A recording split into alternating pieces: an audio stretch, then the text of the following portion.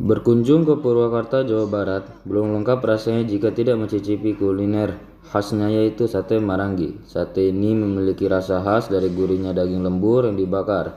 Bumbu sate Marangi, puncak sederhananya yaitu gula merah dan garam. Sedangkan penyajiannya menggunakan hanya cukup dengan menggunakan kecap dan sambal tomat arang untuk menambahkan nikmat dan wanginya sate. Ketika proses pembakaran diberikan sedikit minyak goreng.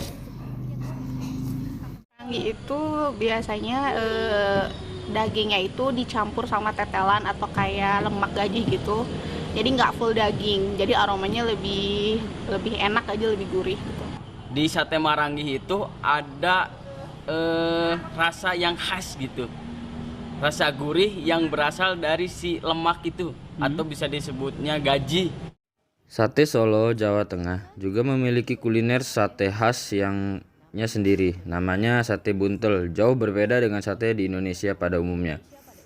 Apabila sate lain yang menggunakan daging yang dicincang lembut lalu dicampur dengan bumbu khusus, adonan daging cincang itu kemudian dibungkus dengan lapisan lemak. Di hari terakhir dibakar hingga matang dan lapisan lemak meleleh ketika masih panas. Kekarang lemak yang membungkus daging belum kristal sehingga memberikan sensasi yang khas saat menyantapnya. Dagingnya dicincang, digiling, empuk kan.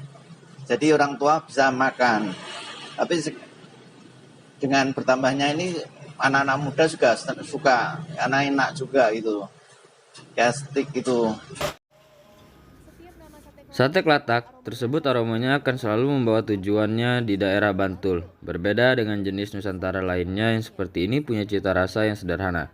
Keunikan sate Klatak adalah penyajiannya, potongan dagingnya yang ditusuk dengan menggunakan jeruji roda sepeda. Kemudian sepeda ini bertujuan agar daging kambing matang merata, sehingga bagian dalam karena sering menjadi pengantar panas yang baik. Makanan sate itu kalau kita lihat proses makanannya adalah justru sudah ada sejak nenek moyang kita di era Kerajaan Medang atau Mataram kuno.